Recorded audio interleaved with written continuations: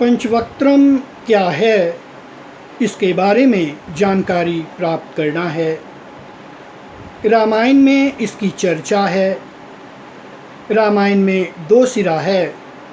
एक सिरा भगवान श्री राम का, दूसरा सिरा महाराज रावण का।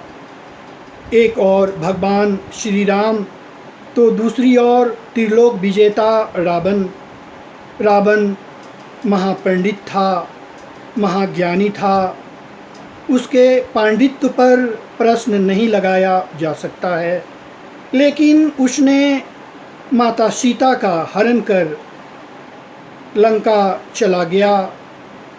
अधर्म की राह पर चलकर अपने वंश को समाप्त करवा दिया। जब भगवान श्री राम को इसके बारे में जानकारी प्राप्त हुई तो उन्होंने लंका जाकर रावण से युद्ध करने की ठानी। युद्ध प्रारंभ हुआ। दोनों ओर से लड़ाइयाँ शुरू हुई। जब रावण को यह एहसास हो गया कि अब लंका सुरक्षित नहीं है, तब उन्होंने यज्ञ के द्वारा पंचवक्त्रम का आह्वान किया। पंचवक्त्रम एक ऐसा कवच है जिसे भेदा नहीं जा सकता है। जब श्री राम, लक्ष्मण और सुग्रीव को यह समझ में नहीं आ रहा था कि किस प्रकार से इसका भेदन किया जाए, तब महाराज विभीषण ने बतलाया कि पंचवक्त्रम को तभी ध्वस्त किया जा सकता है जब सूर्यास्त होता है। उस समय एक क्षण ऐसा आता है जब लंका अपने कवच को बदलता है, और उस समय जब उस पर प्रहार किया जाएगा तो पंचवक्त्रम का विनाश होगा।